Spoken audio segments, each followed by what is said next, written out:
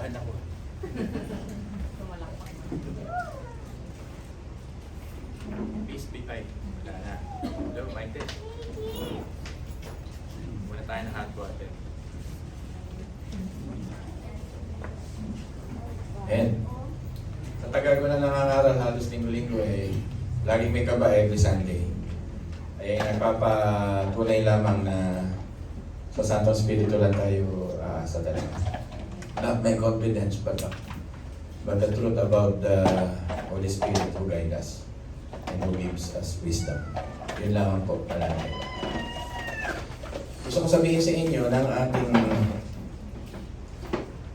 pagkatao ay tinatawag ng Diyos sa tatlong bagay. May mga bago sa introduction ko. We are regenerated, reformed, and called to be radical. Tatlo yan regeneration, reform, and radical. Baka akala ng marami, Pastor, okay na sa akin yung na-regenerate, born again. Okay, di naman yun, wala mang problema yun. Yun yung katabi ni Jesus Christ sa cross, na hindi nag-Bible study yun. Hindi yun namatid ng prayer meeting, hindi yun nabautismuhan. Kaya nasabi ni Alistair Begg, pag nasa langit daw siya, pupuntahan daw niya yun at kakausapin niya. Sasabihin niya, how do you make it? Yun ang tanong sa kanya. Ang sagot daw lamang doon ay, dahil doon sa katabi ko. Yung katabi ko sabi niya, ngayon ay isasama kita sa buhay na walang hanggan. May larawan po tayong ganoon. That it is only by the works of our Lord Jesus Christ, kaya po tayo tinatanggap ng Diyos. Dito po maliwanag yun na ang work ni Jesus Christ ay may tawag sa atin ng regeneration, reform, and radicalism. Didiscuss ko ng konti, kailangan may background kayo ng konti. Pag sinabing regenerated, ibig sabihin, binuhay ka sa pamagitan ng Diyos lamang. Ang tawag dito, born from above. Ang ibig sabihin ng born again, ng John 3, 5, and 7, you must be born again. John chapter 3, verse 5. Verse 3, verse 7. Tandaan nyo lamang yun, yun ang sitas sa born again. Yung baril na 357, nasa John 3. Daling tandaan, ibig sabihin nun, regenerated. Pinanganak ka sa buhay na walang hanggan sa taas. At pangalawang magiging theological issues, tawag ito, calling sa buhay natin ay ma-reform. Yung reform, hindi mo yung relihiyon na katulad kila Pastor Gumapas, katulad ko, katulad ng Presbyterian o Reformed Baptist. Ang ibig sabihin ng reform, bumabalik ka na sa salita ng Diyos. Yun lang po, ibig sabihin nun. Hindi tayo bumabalik sa tradisyon. Ang ibig sabihin ng reform, Christ-centered life, Christ-centered preaching, Christ-centered response. Yun ang ibig sabihin nun. Kaya pag sinabi niyong reform, hindi yun antas. Sinasabi mo, taas kami, reform kami. Yan ang ibig sabihin nun. Bumabalik sa Biblia, back to the Bible. Pero mayroon pang ikatatlong tawag ang Diyos na baka hindi tayo aware. Ito yung radicalism. It is not normal na mahalin mo ang kaaway mo sa mundong ito. Hindi normal na maging mabuti ka sa mga gumagawa ng masama sa iyo. Pero sabi ng Panginoon dito, bless them. Diba? Pray for them. Do good to them. Ang tawag ng radicalism. Si Jesus Christ ay may tawag ng radicalism. Radical. Basta ano yung radical? Mataas na antas ng pagkakristyano. At importante na maunawaan natin ito para ma-distinguish. Para makita na born again. Kasi pag pinag-aralan nyo ang Matthew chapter 5 at Luke chapter 6 na may kahalintulad dito. Sa chapter, ang book of Matthew maliwanag ang kanyang contextualization. Basta kwento mo ng konti ano ibig sabihin nito. Sa Mark chapter 5, merong kingdom life. Bago mag chapter 5 si Jesus Christ, nasa chapter 4 yun. Ibig sabihin, pag ikaw na-regenerated, na-reform, at na-radicalism na experience mo, kaya maintindihan mo na may kingdom life. Merong tawag sa buhay kay Kristo. Kaya ang tawag sa atin, kingdom people. Kaya nung manawag si Jesus Christ sa lupa, mamuhay ka sa kaharian ng Diyos. Di ba madalas yung marinig? Mamuhay ka sa kaharian ng Diyos. People, nakikinig po ba kayo? Yun na yun. Pag namumuhay ka sa kaharian ng Diyos, meron ng tawag na katulad ng above normal. above mediocrity. Paliwanag ko sa inyo, ano ba ibig sabihin yung lagpas sa karaniwan? Hindi norm ng tawag ni Kristo. Kasi nga, kingdom people tayo. Kaya, napakaliwanag na sinasabi ni Apostol Pablo, kung makikiayon ka sa sanlibutan ito, ang takbo ng sanlibutan ito, ang iyong paninagtakbo, mawawala yung calling ng radicalism and reform sa ating buhay. Kaya makinig po kayo mabuti, talagang importante. Ang mensahe ito sa umagang ito. Ulitin ko, alam mo, tinanggap lang tayo ng Diyos dahil sa biyaya niya. Walang malinis sa atin, sa totoo lang. You cannot keep to God yung sasayaan Diyos dahil may ginagawa ka. Yung kasi ginagawa ng Pharisees sa panahon nila dito, ginagawa ako, sasayaan Diyos. Nilalabanan ni Jesus Christ yun. Dito, ang pinapakita ni Jesus Christ dito, may ginawa ang kanyang anak. Kaya tinatanggap ka. Alisin nyo na sa inyong puso na kailangan may gawin ka para maging katanggap-tanggap ka. Magkaroon ka ng validation sa church, magkaroon ka ng validation kay pastor. Hindi po. Kailangan maintindihan mo may ginawa si Kristo sa buhay mo. Kaya ka tinatanggap ng Diyos. Klaro po ba yun? Alam, pag hindi mo naging klaro yun, magiging performer tayong lahat. Magpapakasika tayong lahat. Aabutin natin ng Diyos sa pamagitan ng ating mga self-righteousness. Tinuturo ng Panginoon, hindi po yun. At yun po ay nasa Luke, Matthew chapter 5. Magiging klaro po ba, mga minamahal? Tuloy natin ang ating pag-aaral. Kaya kung titingnan nyo yung Luke chapter, may key verse dito, chapter 6 verse 40, walang alagad na nakakahigit sa kanyang guro. Ngunit matapos maturo ang lubos, ang alagad, ay makakatulad ng kanyang guro. Ang goal dito ni Jesus Christ ay hindi ka lang mag-perform. Ang goal ni Jesus Christ ay maging katulad mo siya. Si Jesus Christ ay namatay habang ikaw ay nagre-rebelde. Romans 5:8. Gusto mo maging katulad na? Kaya mo ba tanggapin ng kapatid mo habang gumagawa ng kasalanan ay mahal mo? Hindi yan norm ng tao. Ang tao hindi niya tatanggapin pagka nagkukulang isang kapwa, hindi ko matanggap nagkukulang siya sa aking standard. Pero ang Panginoon ay nanawag sa lupa, hari ng mga hari, Diyos ng mga Diyos. Laging ini-insist sa atin ng Panginoon yung grace na ito, na He is willing to die for the rebelling people. Romans 5:8. At sabi nga rito, matapos maturo ang lubos ang alagad ay makatulad ng kanyang guro. Hindi tayo makatulad ng mga pariseyong nandito. Alam niyo po, ang mga pariseo dito ay gumagamit sila ng tinatawag ng pag-aklas. History-wise, sinasakop sila kasi ng Roma. Pagkatapos ng mga Maccabeus War at 100 years of Judas silent years sapagkat may independence sila, pumasok na yung Rome. Ayaw namang Hudyo na pinapasok sila ng Rome sapagkat yung mga sun god nila, kaya makikita nyo sa Roman Catholic yung mga Diyos may mga araw. Lahat ng mga Diyos at may araw sa, ano po yun pagan yun galing sa Rome yun. Akala nyo design lang art. Roma yun. Ngayon, nung pumasok ang Hudyo ang mga Roma na very powerful, at talagang pinaiira lang crucifixion, pinaiira lang burning of yung mga rebelde, sinusunog, at nagkakaroon ng Roman stadium na katulad ng gladiator pag nanonood kayo at pinapakain dito yung mga Kristiyano. Totoo yun. Then, mangangaral ng Panginoon na love your enemies. Napakatalino ng Diyos para ipangaral niya. Alam bakit? Hindi nila kayang draw your sword pag sinabi ng Panginoon. Sa palagay mo, yung minority, you can draw your sword. Kukus ka. Palagay mo, kung bakit hindi matalino ang Panginoon na love your enemy sa panahon niya. Magkaklas tayo, gayahin natin ang tinuturo ng mga Pariseo na maging zealots, maging mapagrebelde, maging leftist sa panahon natin ngayon. Magrebelde tayo sa gobyerno, maging leftist tayo, maging NPA tayo. Parang ganito yun, na pinasok na yung mga Hudyo. Pinasok ng politika ang mga Hudyo, lalo na yung mga leader ng mga Hudyo. Pag sinabing Pharisees, mga Hudyo yan, ng mga guro, na gusto nilang mag-aklas ang mga tao dahil may Roman Ano tawag dito? Yung nag-i-stay sa bayan nyo yung room? Yung parang sa open kayo? Yung parang kasila? Ano tawag yan? Eh di ba si Rizal hindi naman dumampot ng espada para malaksak? Ano ginawa niya? Kuha siya ng ballpen. At sumulat siya ng No Limit Tangere, El Pelvis Turismo. Sino nakakaintindi ng Gen Z nito na at millennial ng No Limit Tangere, El Pelvis Turismo? Nagbabasa ba kayo nito? Ako, kinuha ko yan, Rizal. Gusto ko yan. Basahin niyo ulit, talagang may in love kayo.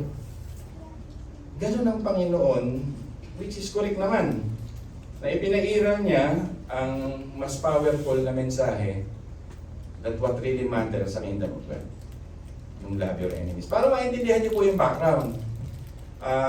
Hindi yung basta-basta may sumugod sa bahay ninyo magnanakaw, "Oy, love your enemy, nakawin ko ang lahat." Kalukuhan yun. Iba yung konteksto nun. Ito ay gusto lang alisin ng Diyos yung hate and yung heart na nagmamurder, kundi ipairal dito yung ganitong bagay. Klaro po ba mga minamahal? Kaya dapat maintindihan natin na may background pala ng kingdom people tayo. Hindi ho aksidente, sabihin ko sa inyo, naging born again kayo, may tawag po yun, may purpose po yun. Saan man dako kayo, dalhin ng Panginoon. Nandiyan si Elder John, Ate Ann, saan man dako sila dalhin, kahit nasa Amerika sila ay born again doon. At meron din purpose doon. Gusto ko sabihin sa inyo, may purpose ang pagiging born again yun. Sabihin mo sa katabi mo, may purpose. Yan o, ito na yun, lumalalim na tayo. Ang alagad ay makakatulad sa kanyang guro. Ito na. Yun yung challenge ng radicalism na. Papasok tayo sa radicalism. Kala nyo lang, reform, member kami ng Shepherd's Heart Church, umaating kami ng church. Reform na kami, born again. May another antas. May pagkabuhay, binuhay ka ng Panginoon, may pagbabago, at may pag-aangat. Yung pag-aangat, yun yung radical. Inaangat ang antas ng iyong uri ng pamumuhay. Makinig po kayo mabuti ha, baka ang iniisip nyo, sana makauwi na ako, makatulog na ako, makapagluto na kami. Una, ito na yung mga turo ng ating Panginoon. Bakit kailangan natin pag-pray o bless your enemies eh? Yan di ba sabi dito? Bless those who are persecuting you. We can bless them because, ito ang dahilan, people listen, because we inherit the blessings of God. At born again ka, ninana mo ang pagpapala. Alam mo ba na ikaw ay blessed dahil kay Kristo? Sabi ng Apostol Pablo, all amens are in Christ. We are royal priesthood, holy nation, people that belongs to God. Kaya blessed those who persecute you, kasi meron kang bala sa puso na marami kang blessing. At ang blessing mong ito ay si Kristo. Hindi mo mabe-bless ang isang tao pag wala kang Kristo sa puso. Kaya hindi mo mamamahal ang kaaway mo, hindi mo mapapatawad ang mga kaaway mo, hindi mo matatanggap yung mga makasalanang tao pag wala ka kay Kristo. Simple as that yung logic. Hindi mo kayang tanggapin ang nagkakamali pag wala ka kay Kristo. Hindi mo kayang i-extend ang grace pag wala ka kay Kristo. Because you cannot bless them kapag hindi mo inherit yung blessing. Klaro-klaro ang tinuturo sa atin ng Biblia. Kaya ka lang kapag be-bless sa tao, dahil in-inherit mo ito kay Kristo. Sino ba tayo? Katulad ng awit, ay wala naman tayo.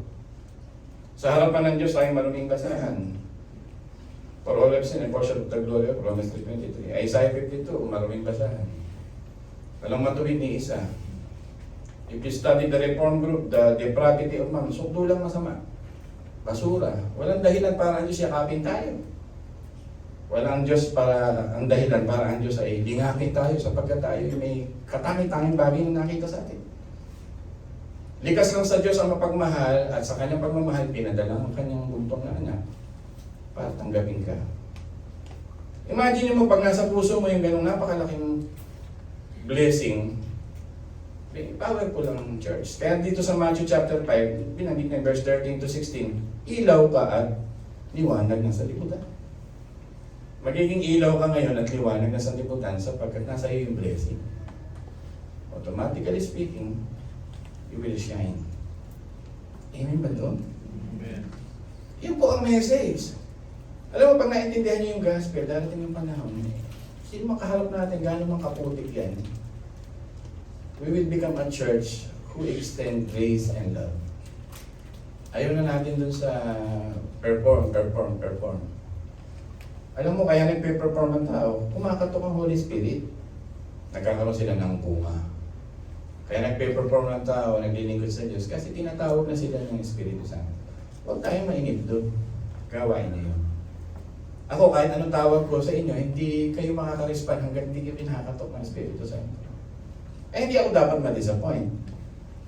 Hindi magkakaroon dapat ang heart ko ng expectation. Sapagkat, sabi nga dito, pray for those who persecute you.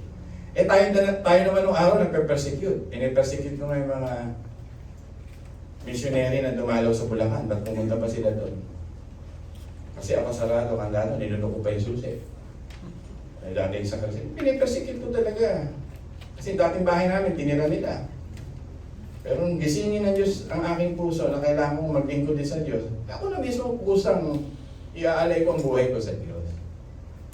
Ganito sana ang heart natin, kaya magkakaroon tayo ng patience sa loob ng church, sa lahat ng ating mga minamahal. As Lani's prayer kanina, this is a broken world. So, a broken world, nabanggit din yan sa prayer, at madalas banggitin din ni Elder Pong to, at binabanggit ko madalas to. This broken world expect insults, expect false accusation, and expect persecution.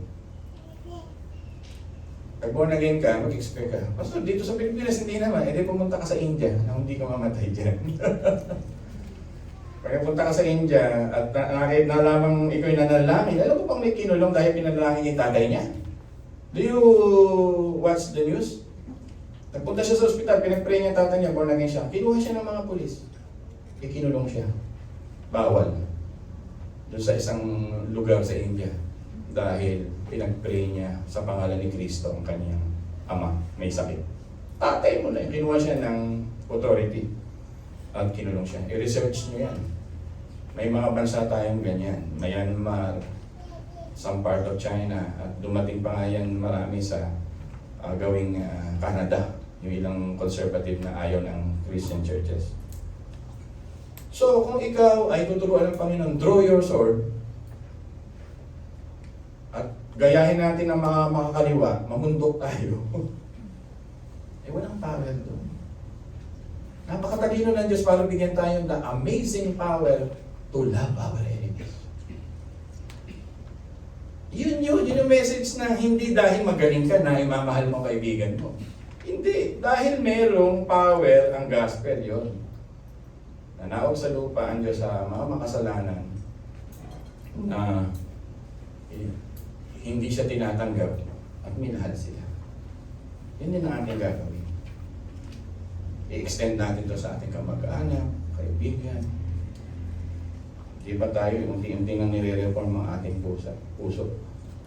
Na-regenerate, na-born again, nire-reform, na hinira-radical na ng Diyos sa ating heart. Darating na sa punto ng buhay mo na ikaw ay ano tawag dito? Yung kahit sinasaktan ka ng yung kaaway, hindi mo siya nararamdaman. Nagiging manhid ka sapagkat what important to you is your satisfaction in Christ. Ang mas mahalaga sa iyo yung bagay na spiritual na nakay Kristo sa ibabaw ng langit. Yun na ang tumitibok sa puso mo kung anong gusto ni Kristo at hindi mo gusto. Which is hard for us as human being. Kasi gusto natin sa utak patayin. Diba? Kaya nga napakatalino ng Panginoon yung pre-murder na sinasabi niya na pwede kang pumatay, nagsisimula sa galit. Doon pa lang sa heart mo, pumatay ka na, sabi ng Panginoon. Ang ginagawa lang ng Panginoon, sa heart mo, pumatay ka na, kaya nagkasala ka na rin ng pagkatay. Kaya doon pa lang sa heart, inaalis na ng Diyos yun. Kaya if you read Ezekiel 36 verse 26, God gave us new heart. Yung heart of stone, pinalitan niya. Sabi niya na Apostle Paul, we are a new creation. Yun na po tayo bilang born again. Hanggat di mo na isusuko yung pride na yan, Pastor, masama ang ginawa sa akin, talagang yan. Hindi ka pa radical. Pero maunawaan naman natin yan sapagkat pag-pray ka naman. At kung talagang tunay kang born again, tawagin ka ng Diyos na babagoy. Hard, yes, sa human perspective, but walang mahirap sa Diyos. If the operation sa buhay mo ay banal na spirit, yun yung reform. Even sa ating kaligtasan, hindi mo gawa. Even sa sanctification mo, hindi mo gawa. Ang may gawa ay ang Espiritu Santo. Kaya pinakamaganda sa bawat umaga, tuwing bumabangon ka, Lord, baguhin mo ako. Tulungan mo akong mahalin ang mga unlovable na ito. Mga difficult people na ito. Ganun. Aharap na naman ako sa kumpanyang ito na may mga taong nakakabuisit na ilang beses ko nang sinaksak. Pag-pray mo, palitan mo, Panginoon, namin pusong ganito, isang pusong katulad ng puso mo. Sa isang sulok na nananalangin ka, sa palagay mo, hindi ka maririnig ng Diyos na may lalang na langit at lupa. Ano ba powerful? Yung mabwisit ka o manalangin ka? Ano ba ang gusto mong gawin? Mabwisit ka o manalangin ka? Nagpaplano ka manghasa ng kutsilyo o magbasa ng Biblia? Alam mo, iba talaga ang born again life eh. Hindi ito religion na nasa isang grupo ka lang eh. Yung puso mo talagang hinuhugasan ng Panginoong Jesucristo. Pinapalitan talaga ng bago eh. Kumbaga sa sasakyan, overhaul eh. Pero hindi nga overhaul ang tawag namin dito sa theology, kundi a heart that is a new one. Transplant. Aalisin yung napakadilim na puso, kapalitan ng pusong pang-born again. Amen ba doon, mga minamahal? Sabi ng Panginoon, this will be my new moral standard. Magiging asin ka at liwanag ng sanlibutan. Yun eh. Paano ka magiging asin at liwanag kung minamahal mo lang yung kamahal-mahal? Di ba? Mabait ka lang doon sa mabait. Ginagawa rin daw yun. Sabi dito, binasa nyo kanina, ginagawa rin ang mga makasalanan. Subukan niyang magmahal doon sa hindi makakasukli. Yun ang sinasabi ng Panginoon. Subukan mong abutin yung hindi ka na niya kayang balikan para magsukli sa iyo. Katulad ng ginawa natin sa Panginoon, na hindi naman talaga kaya natin magsukli even our own righteousness. Inabot ka niya. At ang lahat nga ng kaluwalhatian ay para talaga sa Kanya. Ako nagsisisi ako lagi sa Diyos pag may ginagawa ako. May ginawa ako. At pag uwi ko sa bahay, ginawa ko yun. Gusto ko yung gawa ng Diyos na kaya ako ginawa dahil gusto ng Diyos. Ay, hindi ibig sabihin, nababago kasi ang heart mo. What really important is the work of Christ. Amen. Sabihin nyo nga, I can bless because I inherited blessings. Yun lang ang point doon. Pangalawa, I practice the kingdom principle. Sabihin mo nga, I will practice the kingdom principle. Ayan. Kailangan daw hindi natin malos ang purpose ng salt and light. Kasi magiging worthless ka. Pagka dito ka lang sa mundo, mahirap mag-profess Christian, pero hindi ka naman talaga follower. Si Jesus Christ, ang gusto niya ay follower. Ayaw niya namang fans. Nakikinin mo kayo. Pag follower ka, iba yung kesa sa pagiging fans ng Panginoon. Christ wants us to be obvious. And sasabihin ko, in English ko to, conspicuous. Basta alalim naman, pakitagalog pa. Ibig sabihin, sa kingdom ni God, easily seen. Ibig sabihin ng conspicuous, you are clear, you are noticeable, you are a striking Christian. That's the word. You will strike as a Christian if you love your enemies. If you do good to the people who cannot succeed. If you pray for someone who persecute you, and if you bless people who mock you. Ibig sabihin dito ay ikaw ay katulad ng isang lampara na standing out to be clearly visible. Kaya nasabi ng Panginoon, nagiging malinaw na sa inyo, pag meron kang ilaw ay huwag niyong ilalim sa ilalim. Huwag niyong ilagay sa ilalim ng pakalan. Pag born again ka, it means conspicuous. What's that? noticeable, easily seen. Merong tinatawag na kingdom principle, hindi earthly principle. Ang enemies, ang persecution, ang trials of life, make or break ang gagawin sa iyo. Pag hindi radical ang heart mo at reform, it will break you. Pero kung kaligayahan mo si Kristo ang nagbubusog sa iyo, it will be a blessing to you. I-make ka nun, make or break sa pagkatao. Kaya kung lalaliman nyo ang pag-aaral nyo ngayon, pagka dumating ba ang minsan insulto sa iyo, o mga standard mo, expectation mo sa lupa at hindi na-meet, do they make you or do they break you? Halimbawa, nasa office si Candice, may dumating na isang kliyenteng kala mo may-ari ng buong Pilipinas. Pwede ba siyang ma-make o ma-break? Pwedeng ngumiti na lang si Candice, asawa ko, ngingitian ka na lang. Ngumingiti ka ba, Candice, pag may ganon? Sa video, pero sa loob mo, sabi mo, hindi magandang tayo. may kaharapet. Ayun yung ibig sabihin ng Panginoon. Mga minamahal. Jesus Christ never come to abolish the law. Pag binasa niyo yung Matthew 5, sa ano, ina-abolish ba ni Kristo ang law na pag ikaw ay pumatay ay pag nagalit ka, pumapatay ka. Pag tumingin ka sa sexing babae, gamitin ko ni word na yan, ay nangalo niya ka. Ina-abolish ba ng law? Pinapalitan? No. Pinapakita lang ng Diyos yung ating principle na kakaiba na kay Kristo. Make or break ba? Kaya kung ikaw ay busog kay Kristo, ito yung sinasabi niya na lagi ko binabanggit sa inyo, walang alagad na makagit sa kanyang guro, verse 40, ngunit matapos maturo ang lubos. Ibig sabihin, tinuturuan kayo ng theology, nag-church tayo every Sunday. Mahalaga sa iyo pagtitipon, hindi mo pinabaliwala. Ang alagad ay makatulad ng kanyang guro. Ang kanyang guro, sino pang ating guro? Kaya nga naglagay ako ng cross dito sa likod. Yung ating guro. John chapter 15, inialay niya kanyang buhay para sa kanyang mga alagad. Kaya hindi natin kayang ialay yung pagkahay galit. Lalabas sa atin yung lumang pagkatao, yung cursing, imbis of blessing. Yung resentment, imbis of praying. Pwede tayo magka-high blood, pwede tayo magkasakit.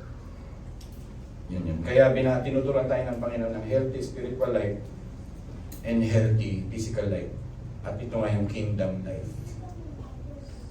Sabi mo nga sa katabi mo, nasa kingdom life ka na kay Kristo. Yun na yan.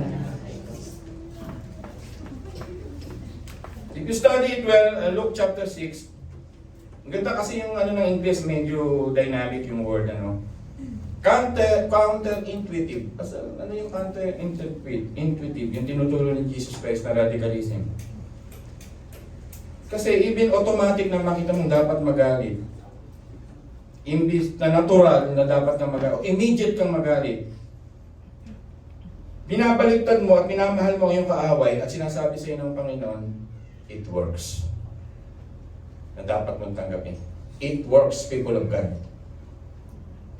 Pag may nagwawala sa harapan ng kumpanya mo, di ba ganito, o sa harapan ng bahay mo, o sa relationship nyo, nag-aaway kayo mag-anak, at ang response mo sa kanya ay pag-ibig, it works. Pero pag ngipin sa ngipin, paglabas ng dalawa, ang ibig lang sabihin nyo, luray-luray ka, durug-durug ka, nagkakatang kayo eh. So pareho kayo sirado. Kaya napakatalino ng Panginoon. Pero pastor, ang hirap po eh. Kaya mahirap kasi sa sarili mong lakas ka nagtitiwala. Pikit mo lang ang mata mo, Panginoon, sa sarili mong lakas, ako nagtitiwala. Sa palagay mo yung 7 salita niya na binibitawan, that's the bravery and courage of our Lord Jesus Christ. Nasabihin niya, Panginoon, patawarin niyo sila, hindi nila nalalaman ang kanilang ginagawa. Habang pwede naman sabihin ng Panginoon, paulanan niyo ng apoy at durugin ang mga taong ito. Ipadala niyo sa akin, Panginoon, ang libo-libong anghel na naglilingkod sa akin before my pre-existent on this planet, na ang lahat ay sumasamba sa akin at durugin niyo ang mga taong ito. Pero ang sabi ng Panginoon, ay Ama, tapahin niyo sila. Hindi nila alam ang kanilang ginagawa. What an amazing love. Tapos may kaaway tayo. Sinugod tayo. Mamatay ka na. Pwede natin sabihin yun. So, behind our back, sana masunog ang bahay nila. Malugi ang kanilang mawala sila ng pera. Hindi mamatay isa-isa sila. Pwede tayo pang nagalit. Paano tayo magiging kamukha ng ating guro na itinuturo sa atin ng Panginoon? Nagiging magaan pag binibigay mo na ito sa ating Panginoon. Amen po ba? Hindi ko alam kung sino makakaaway nyo ngayon. Workout nyo yan. Huwag mong trabahuin, hayaan mo ang Diyos sa pagtrabaho. Sabi mo sa Panginoon, help me to let go of my pride. Help me to love the unlovable. At magiging katulad ka ng Panginoon. Why it works? Because it mirrors God's powerful love and character. Ang Diyos ay pag-ibig. Bunga ng Espiritu, sabi nga sa Galatians, ay pag-ibig. At mawawala mo na ang breaking the cycles of curses in this broken world. At pinopromote mo na yung gospel. Ang gospel po ay reconciliation, forgiveness, and acceptance of the Lord. Kaya nga, pag sinampal ka ng kanan, iharap mo daw ang iyong kaliwang pisngi. Nasampal na ho ba kayo? Sino sa inyo nakatikim na nasampal? Ako, nasampal na ng nanay ko. Bigas ulo ko, hindi ako umuwi ng tamang oras. Pak!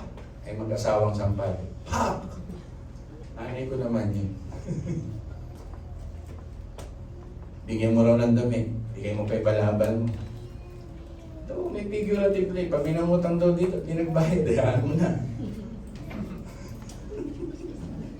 Sabihin na naman, sa mga namutang dito, sabihin mo doon sa mga, hayaan nyo na. Kaya mo ba?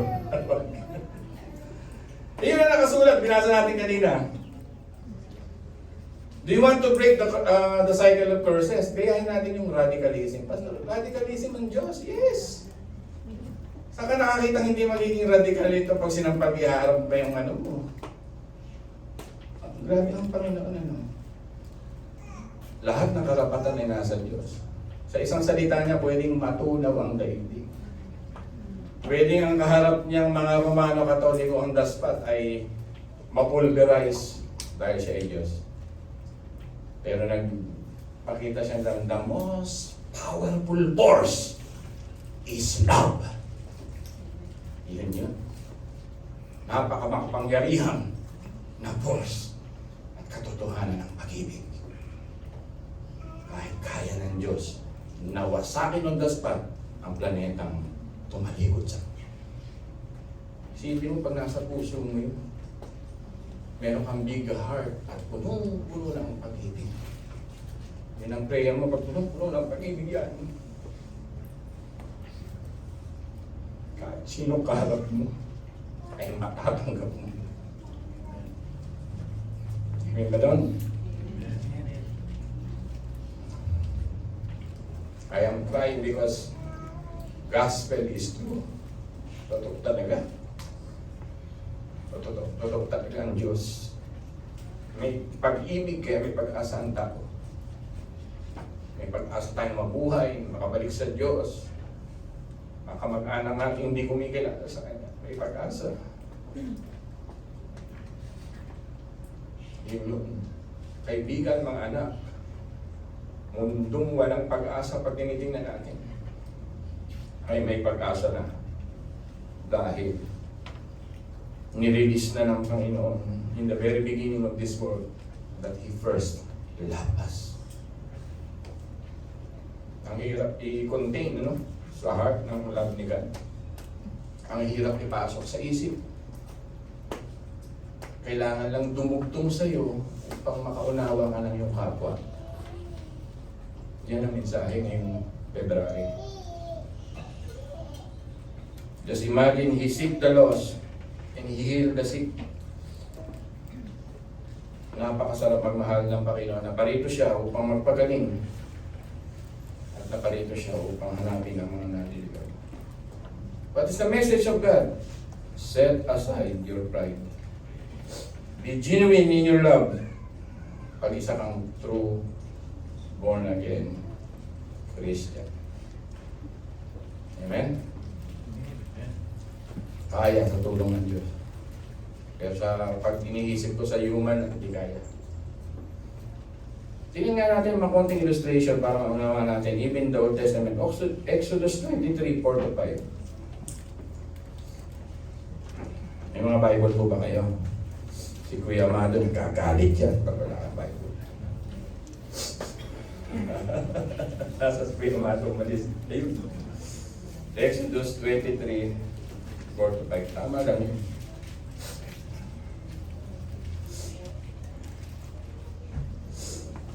Kung makita ninyong nakawala ang baka, matay ang tissue. Ang aking katutuhanan ay lumabara. Excuse me. Kung may makita ninyong nakawala ang baka o aso ng inyong kaaway, hulihin niyo ito at dalhin sa may-ari. Kapag nakita ninyong nakabuwal ang aso ng inyong kaaway, dahil sa bigat ng dala, tulungan ninyo ang may-ari upang ibangon ang hayop. Nakita nyo sa lumang tipan pa lang, ang Diyos may pag-ibig na sa kaaway. Kaya mamay misinterpret nyo yung ngipin sa ngipin, baka hindi nyo alam ang interpretation. Wag. Kung ikaw kayo makakita nyo ang nakawalang baboy ng ilustrasyon ng inyong kaaway, Richard, ano gagawin natin dito? Ulihin natin at gawin natin lechon. Pwede. Diba? Kung nakita nyo nabuwal ang asno ng ating mga kaaway, kunin natin dala-dalahan, tangin natin sa bahay. Diba? Sabi rito, hulihin ninyo at dalhin sa may-ari. It talks about reconciliation, meeting together in that bridge na sinusunog ng pride ng mga tao. Yung pride na yan sumusunog. Ano ba sabi sa 1 Peter 3:9? Tingnan niyo po. May mga illustration tayo sa Biblia eh. 1 Peter 3:9. Sabi ng Panginoon, huwag ninyong gantihan ng masama ang masama. Huwag ninyong sumpain ang sumusumpa sa inyo. Sa halip, pagpalain ninyo sila dahil pinili kayo upang tumanggap ng pagpapala ng Diyos. Amen ba doon? Lakihan mo ang utak mo, lakihan mo ang puso mo. Pag born again ka, iba ang kalibre mo sa Diyos. Yun ang sinasabi niya. Kaya huwag kang maghimagsik, huwag kang magalit, huwag kang magtanim ng... huwag kang maghiganti. Ang paghihiganti ay nasa ating Panginoon. Mga minamahal, ito ang mensahe ng Panginoon sa atin na itinuturo sa umagang ito. Napakaganda na tayo po ay magbalik loob sa ating Panginoon. And lastly, gusto kong sabihin sa inyo, ito yung sinulat ko po, ay magkaroon tayo ng Christ way. Sabihin nyo nga, Christ way sa ating mga buhay. Ang radicalism ay Christ way, mga minamahal. Ang radicalism ay above normal, yung sinasabi ng Panginoon. Above mediocrity, yun ang sinasabi ng Panginoon. Ito ang way ng God. Ang gusto ng Panginoon in all aspect of our lives, people of God, ay pagtiwala sa Diyos. Madaling pagtiwala ang mga bagay na normal na ipagtiwala. Di ba madaling ipagtiwala yung mga normal na ipagtiwala? Pero ito yung mga bagay na mahihirap ipagtiwala. Ito yung dapat mong ipagtiwala sa Diyos. All aspect of your life. A born again Christian, all of seasons of our life is a trusting season. Hindi pwede magtiwala ka lang sa Diyos sa mga bagay na magagaan. Pagtitiwala mo rin ang bagay na mahihirap. Pagmamahal sa kapatid, pag-abot sa kapatid. Huwag mong sasabihan ng kapatid mo ng idiot, tanga, ulol, raka. Sabi sa Biblia, sapagkat mananagot ka sa hukuman ng Diyos. Sinasabi ng Panginoon sa atin yung Christ way na radical. It means we need to really see that sa ating buhay. Sa umagang ito, dinidin ng Panginoon yan ang inyong heart. Kasi this broken world, meron kang ka-conflict, meron kang ka-struggle na relasyon. Meron sa utang mo 2, 3 tao, 4 na tao na kinamumuhian mo siguro hanggang ngayon. Lason po yun at ayaw ng Diyos na mamuhay ka doon. Ikaw ang matatalo pag namuhay ka doon hanggang dulo ng buhay mo. So this very moment, nasa second Sunday pa lang tayo. Inuturuan tayo ng Diyos ng Christ Way, kaya pinabasa ko nga kay Kiana yung Psalm 22, basahin niyo ulit. My God, bakit ako pinabayaan? Sinasabi ng Panginoon dito yung bigat ng walang connection sa Diyos, ng tumalikod ng Diyos. Sapagkat nakita ng Diyos ang ating mga kasalanan. In that very moment, nung tumalikod ng Diyos, my God, figuratively, bakit mo ako pinabayaan? Nakita ng Diyos tayo. Pero dumating ang panahon dahil si Kristo ay naging redeemer natin sa ating buhay, ang nakikita ulit ng Diyos ay ang ating Panginoon. Tingnan mo ang mga kapwa mo, titigan mo sila. Last time, titigan mo, huwag yung mahiya. Kung matingnan yung kaaway mo, kakampuhan, ano? Huwag mo nang tingnan ang kanilang kasalanan. Ang tingnan mo sa kanila si Kristo nagtakip sa kanilang buhay. Pride will kill you. Tingnan mo yan. Amen ba doon? Yung mga last statement ko. Tingnan mo nga kami mag-asawa. Ilang taon na kami mag-asawa? 30 years. Kung walang pagtitiis doon sa 30 years at pagpapatawa, hindi kami tatagal ng 30 years. Kuya Amado, ilang taon na kayo mag-asawa? 45 years na pagtitiis. Kung walang pagtitiis at pagpapatawa, hindi rin sila tatagal. Kuya Jun, ilang taon na kayo? Magpo-45. Yung pagiging maskulado at makisig. At gamitin na natin, stricto ni Kuya Jun. Kung walang pagtitiis at pagpapatawa, hindi sila tatagal. Kasi kasama nila ang Diyos eh. Ay, intindihan niyo po. Kaya lang tayo tumatagal dahil yung katabi mo, si Kristo yung nasa kanyang puso at hindi siya. Ganun ang ating pagtingin sa ating kapwa. Amen po? Manalangin tayo sandali and Elder Jun will lead us into going back to the gospel of Christ to remember His sacrifice. Panginoon, salamat po that we can bless our enemy because we inherited blessing. Our life, Panginoon, pangalawa, hindi na sa planetang ito, kundi nakikiraan lang kami dito, sabi ni Apostol na Pablo. Ang tunay naming buhay ay kingdom life, kingdom of God. Tulungan mo kami bilang mga anak mo sa ilalim ng iyong kaharian. In everything that we do, what would Jesus will do, Christ way, even in the face of hardship and enemies, what Christ will do. Help us to imitate that. Not only as our inspiration or our motivation, but pattern of the followers of Christ. Tulungan mo kaming tanggapin, mahalin, pasensyahan, magtiis, i-practice namin ang the fruit of the Spirit, love, patience, peace, joy sa aming kapatid. Tulungan niyo kami laging masabi nga namin sa umagang ito ang ibig sabihin ng kapatiran. Bakit namin tulong, Panginoon? Sinasabi because sabi mo nga, do good, especially to the household of faith. I-extend namin ito muna sa aming iglesia, then idugtong namin ito sa aming komunidad. Tulungan mo kaming makita how we are distinguished.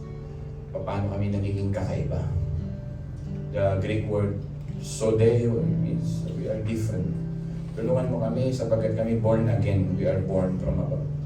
Kaya hihingi rin kami ng kapatawaran kung madalas ang kamukha namin ay ang mundong ito. Sinusubong namin ito sa inyo. Destroy all of our pride, Panginoon. This is the old sin of Satan na ipinapasa niya sa kanyang gustong impluensyahan. Tulungan mo kaming madurog ito at makita how sinful we are and how we need the gospel desperately, Panginoon, sa umaga ito. Ama, maraming salamat po at be with your people. Mighty name of Jesus we pray.